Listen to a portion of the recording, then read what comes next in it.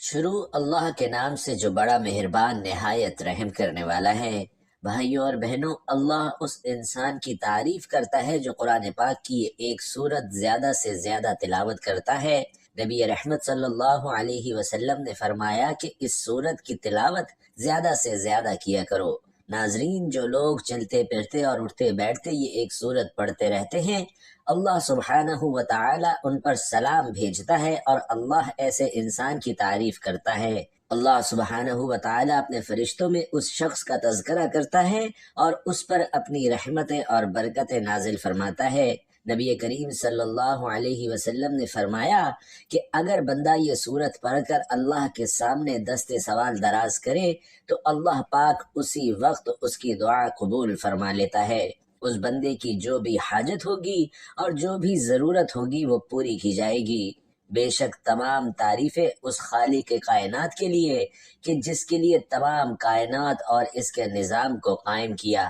ہم پر اللہ کا سب سے بڑا کرم ناظرین تو یہ ہے کہ اللہ نے ہمیں اشرف المخلوقات بنایا اور پھر دین اسلام کی نعمت سے نوازا۔ پھر اس نے نظام زندگی کو قائم کرنے کے لیے زرخیز زمین اور شجر بنائے، پھل میوے اور خوراک مہیا کی۔ زمین میں توازن کے لیے اس نے پہاڑ بنائے، پھر سمندر اور دریا بنائے، آسمان سے بارش جیسی نعمت ہم پر برسائی اور چاند سورج اور ستاروں سے آسمان کو مزین فرمایا، چرند پرند اور چوپائے بنائے۔ حتیٰ کہ اگر ہم انفرادی طور پر اپنے آپ پر ہی غور کریں تو اللہ سبحانہ و تعالی نے ہمیں بہترین توازن کے ساتھ پیدا فرمایا، ہمارے جسم کے تمام اعضاء کو درست اور سالم بنایا، نیز اندرونی اعضاء کو بہترین طور پر فعال بنایا، پھر رشتے ناطے خوشیاں مسرتیں دولت صحت اور تندرستی عطا فرمائی، اور یہ سب کچھ بھی رزق کے زمرے میں آتا ہے۔ حقیقت تو یہ ہے کہ ہم اس جلیل القدر پاک ذات کی نعمتوں کو شمار ہی نہیں کر سکتے اور نہ ہی ان کا صحیح سے شکر ادا کر سکتے ہیں، کیونکہ اس دنیا کے تمام سمندروں کو سیاہی اور درختوں کو قلم بنا دیا جائے تو یہ تمام اللہ سبحانہ و تعالی کی مکمل تعریف اور بزرگی بیان نہیں کر سکتے۔ ہمارے جسم کے اندر رواں دواں خون کا ایک ایک قطرہ اس پاک ذات کا شکر گزار ہونا چاہیے۔ تمام اچھے کام اللہ ہی کی طرف سے ہیں اور تمام تعریفیں اس مالک الحق کے لیے ہیں۔ ناظرین، اگر آپ بھی اللہ کی نعمتوں پر شکر ادا کرتے ہیں تو کمنٹ باکس میں ایک بار خلوص دل کے ساتھ الحمدللہ ضرور لکھ دیجئے گا۔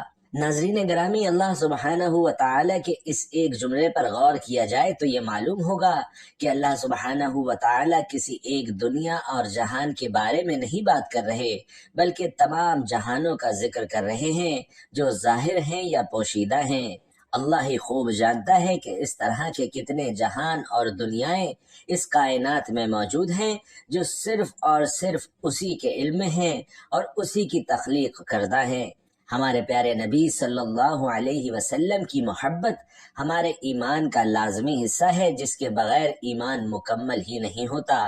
اللہ تعالیٰ نے سورۃ التوبہ میں ارشاد فرمایا کہ اے نبی، اگر تمہارے آباء و اجداد اور تمہارے بیٹے اور تمہارے بھائی اور تمہاری بیویاں اور تمہارا خاندان اور وہ مال جو تم کماتے ہو اور وہ تجارت جس کے نقصان کا تمہیں ڈر ہے اور وہ گھر جو تمہیں پسند ہے، تمہیں اللہ اور اس کے رسول اور اللہ کے راستے میں جہاد سے زیادہ محبوب ہے تو اللہ کے عذاب کا انتظار کرو، اور اللہ فاسقوں کو ہدایت نہیں دیتا۔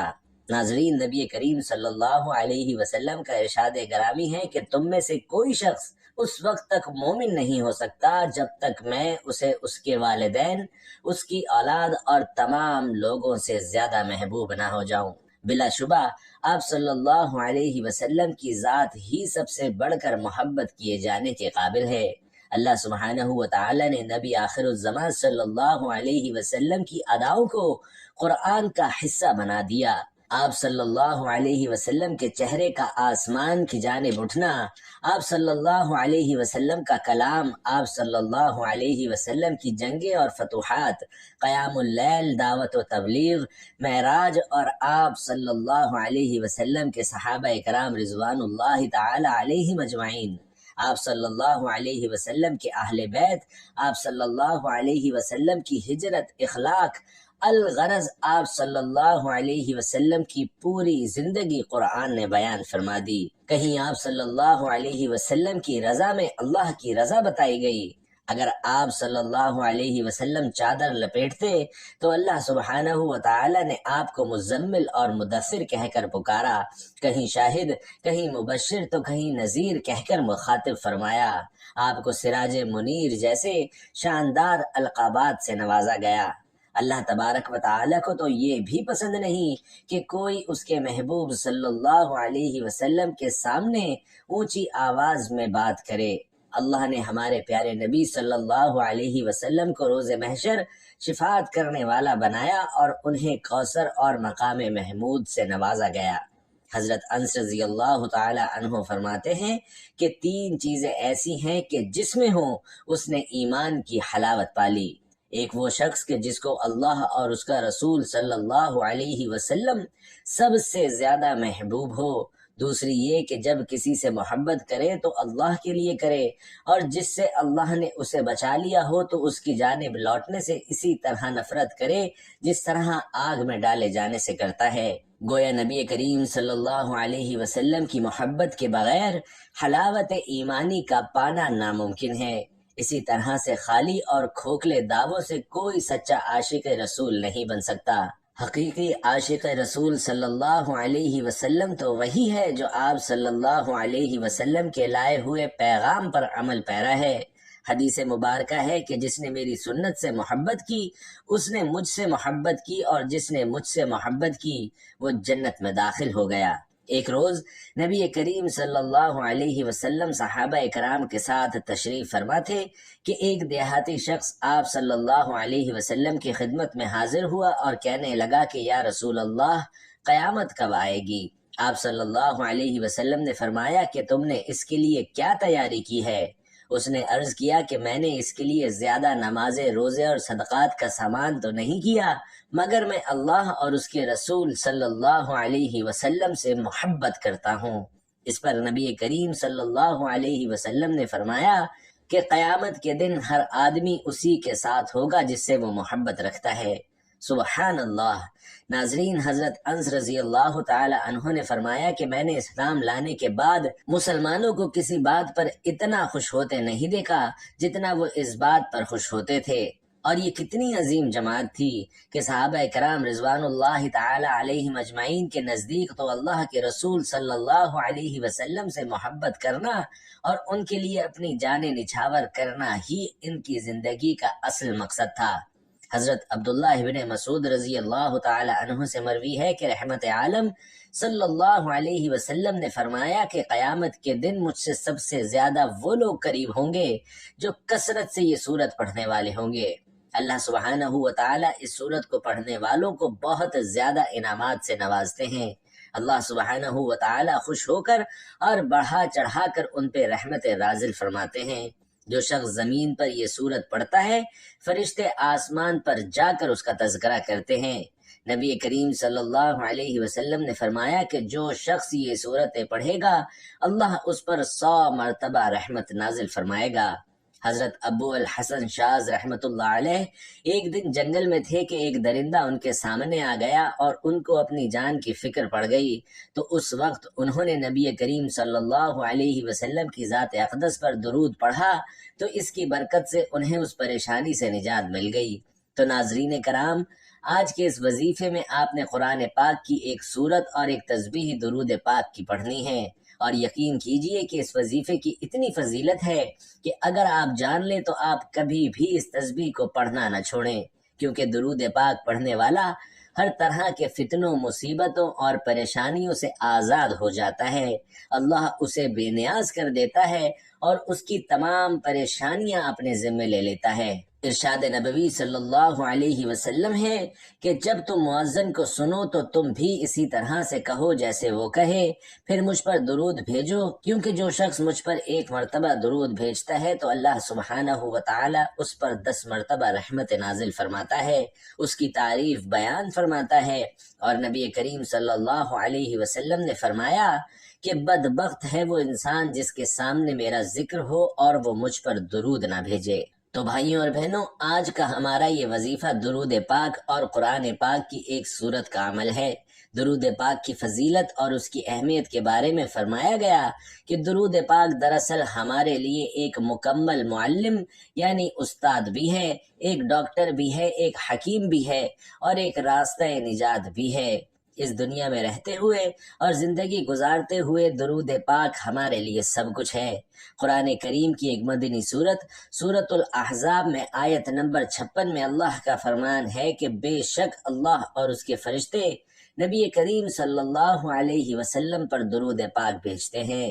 اس لیے اے ایمان والو، تم بھی آپ صلی اللہ علیہ وسلم پر درود اور خوب سلام بھیجا کرو۔ ناظرین، اللہ کے اس فرمان کا مطلب یہی ہے کہ جو شخص آخرت میں اپنی بخشش اور مغفرت چاہتا ہے تو وہ نبی کریم صلی اللہ علیہ وسلم کی ذات پر خوب درود اور سلام بھیجے۔ حافظ محمد ابن عبد الرحمن سخاوی رحمۃ اللہ علیہ فرماتے ہیں کہ اللہ کی ذات ہمارے اوپر اتنی مہربان ہے کہ ہمارے لیے بخشش کے بہانے ڈھونڈتی ہے، اور یہی وجہ ہے کہ نبی کریم صلی اللہ علیہ وسلم پر درود بھیجنے کو ہماری بخشش اور مغفرت کا ذریعہ بنا دیا گیا۔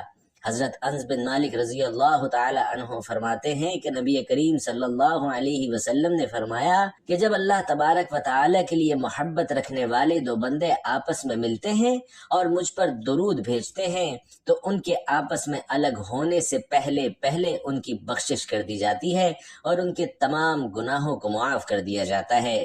ناظرین، ایک مرتبہ حضرت علی شیر خدا کے پاس ایک سائل حاضر ہوا اور کہنے لگا کہ مجھے کچھ دیجیے کہ میں بہت تنگ دست ہوں۔ اس وقت حضرت علی رضی اللہ تعالی عنہ کے پاس دینے کے لیے کچھ بھی نہ تھا، تو آپ رضی اللہ تعالی عنہ نے 10 مرتبہ درود پاک پڑھ کر اس کے ہاتھ پر پھونک ماری اور فرمایا کہ اپنی مٹھی کو بند کر لو، اور باہر جا کر جب اس سائل نے اپنی ہتھیلی کو کھولا تو وہ سونے کے دیناروں سے بھری ہوئی تھی۔ اسی طرح حضرت امام خواجہ حسن بصری رحمۃ اللہ علیہ کے دور میں ایک خاتون نے خواب میں دیکھا کہ اس کی بیٹی عذاب میں مبتلا ہے اور جہنم کی آگ اس پر مسلط کر دی گئی ہے۔ تو وہ خاتون یہ سب کچھ دیکھ کر بہت ڈر گئی، اور جب صبح اٹھی تو حضرت خواجہ حسن بصری رحمۃ اللہ علیہ کے دربار میں حاضر ہوئی اور سارا واقعہ بیان کر دیا۔ کہنے لگی کہ میں اس وقت تک یہاں سے نہیں جاؤں گی جب تک آپ رحمت اللہ علیہ اس کا خلاصہ مجھے نہیں فرما دیتے یا اس خواب کی حقیقت سے مجھے آشنا نہیں فرما دیتے۔ آپ رحمت اللہ علیہ نے کچھ توقف کیا اور فرمایا کہ تم ابھی چلی جاؤ اور کل میرے پاس آنا۔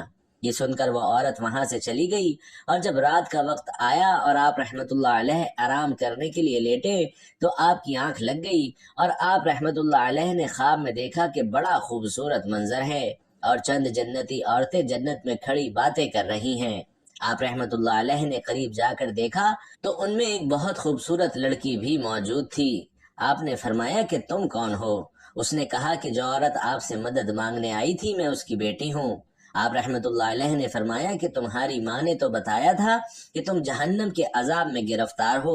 تو اس نے کہا کہ یہ بالکل درست ہے، لیکن رات کے وقت ایک نوجوان قبرستان میں آیا اور اس نے درود پاک پڑھ کر اس قبرستان میں مدفون تمام لوگوں کو بخش دیا، جس کے نتیجے میں اللہ سبحانہ و تعالی نے ہمارے گناہوں کو نیکیوں میں بدل دیا اور ہمیں جنت میں بھیج دیا۔ ناظرین محترم، یہ ہے درود پاک کی فضیلت اور برکت۔ اس لیے جتنا زیادہ ہو سکے درود و سلام کے نذرانے نبی کریم صلی اللہ علیہ وسلم کے حضور پیش کرتے رہا کریں۔ نبی کریم صلی اللہ علیہ وسلم نے فرمایا کہ جو مجھ پر ایک بار درود پاک پڑھے گا اللہ تعالیٰ اس پر 10 رحمتیں نازل فرمائے گا، اور جو شخص 10 بار درود پاک پڑھے گا تو اللہ سبحانہ و تعالیٰ اس پر 100 رحمتیں نازل فرمائے گا، اور جو شخص مجھ پر 100 مرتبہ درود پاک پڑھے گا تو اللہ سبحانہ و تعالیٰ اس کی دونوں آنکھوں کے درمیان لکھ دے گا کہ یہ نفاق اور جہنم کی آگ سے آزاد ہے، اور اسے بروز قیامت شہداء کے ساتھ رکھا جائے گا۔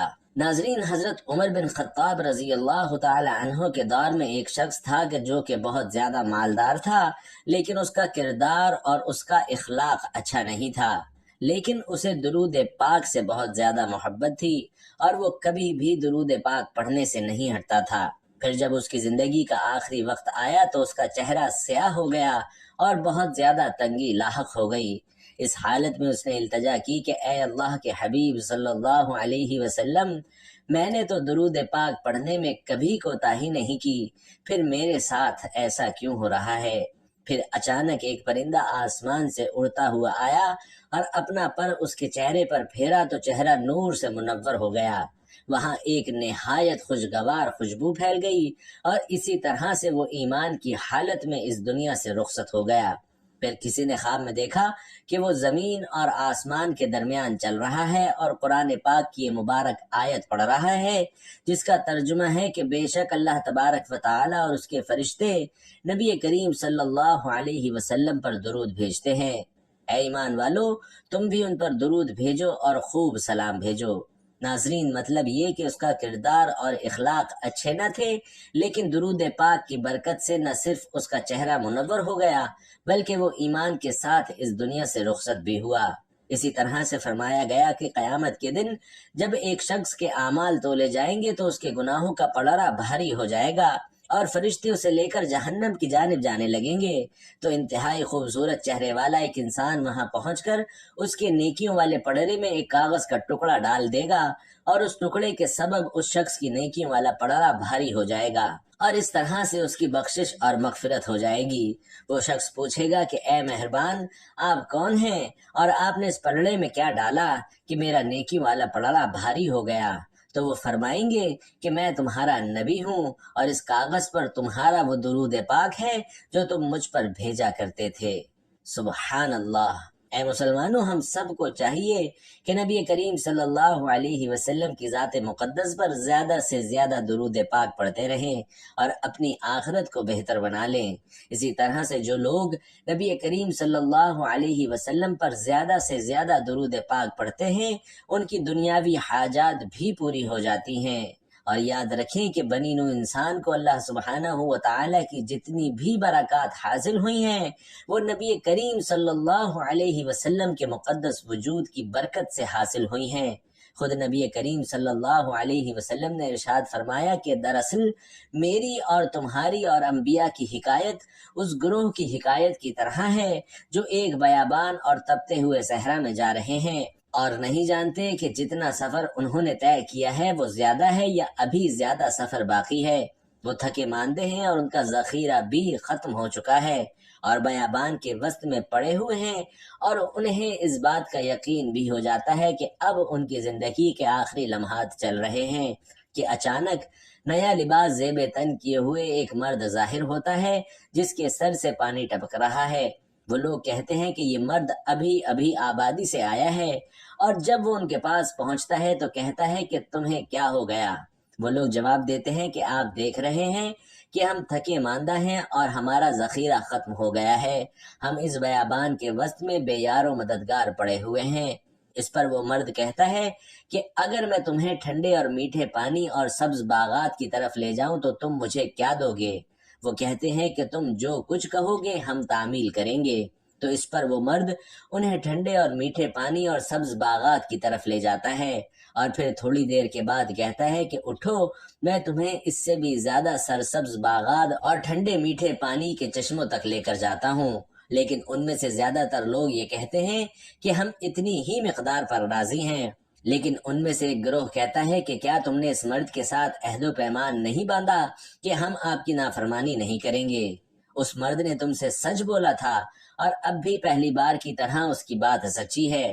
اور پھر یہ گروہ اس کے ساتھ چل پڑتا ہے اور پھر وہ انہیں مزید زیادہ سرسبز باغات اور میٹھے پانی کے چشموں تک پہنچا دیتا ہے۔ لیکن باقی بچ جانے والے لوگوں پر دشمن شب خون مارتا ہے اور صبح تک ان کی لاشیں ہی باقی بچتی ہیں۔ اور محترم ناظرین، یہ درود پاک ہے۔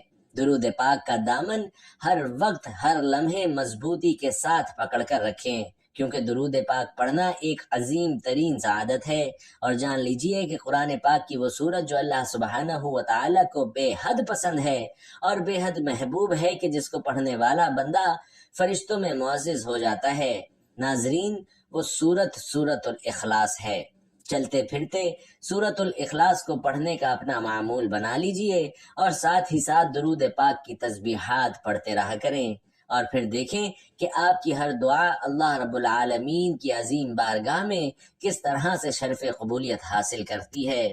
ناظرین، یہ بڑے ہی نصیب کے فیصلے ہیں اور یہ بڑے ہی کرم کی بات ہے کہ آپ قرآن پاک کی اس بابرکت صورت کو اور درود پاک کو اپنی زندگی میں شامل کر لیں۔ اللہ تبارک و تعالی سے دعا ہے کہ نیکی کی بات کو سننے سمجھنے اور اس پر عمل کرنے کی سعادت ہم سب کو نصیب فرمائے۔ میرا سنانا اور آپ کا سننا اپنی بارگاہ میں قبول و منظور فرمائے، آمین یا رب العالمین۔ محترم ناظرین، آخر میں آپ سے درخواست ہے کہ کمنٹ باکس میں اللہ تعالیٰ کے 99 صفاتی ناموں میں سے کوئی بھی ایک نام ضرور لکھ کر شیئر کر دیجئے گا۔ اللہ تعالیٰ ہم سب کا حامی و ناصر ہو، آمین۔ السلام علیکم ورحمۃ اللہ۔